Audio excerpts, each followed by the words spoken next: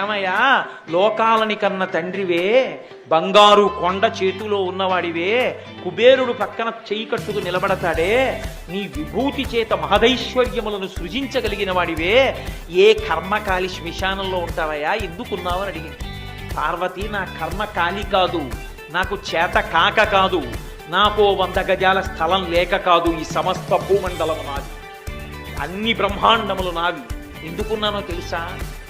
2 కారణములకున్నా. నా అంత వాణ్ణి నేను తెల్లగా ఉంటాను, పొడుగ్గా ఉంటాను, నాకు ఇంత పాండిత్యం వచ్చు, నాకు ఇన్ని ఉపన్యాసాలు చెప్పాను, ఇంత బాగా నటించాను, ఇంత ఐశ్వర్యం ఉంది, ఇంత పెద్ద ఉద్యోగస్తుడిని, ఇంత అధికారిని, ఇన్ని చెప్పుకున్న వాడి ఊపిరి వెళ్ళిపోయాక వాణ్ణి తీసుకొచ్చి కొడుకు కట్టెల్లో పెట్టి అగ్నిహోత్రంలో వ్రేల్చి కపాలం పగిలిపోయాక ఇంటికి వెళ్ళిపోతాడు స్నానం చేసి.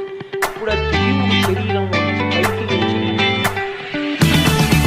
ఉగ్రమైన పూట కనబడుతుంది. నా వారన్న వారెవ్వరు సూర్యాస్తమయానికి ముందే ప్రేత సంస్కారం అవుతుంది కాబట్టి తిరిగి తన ఇంటికి వెళ్ళలేదు. ఆ శరీరంతో అడిగిపోతాడు.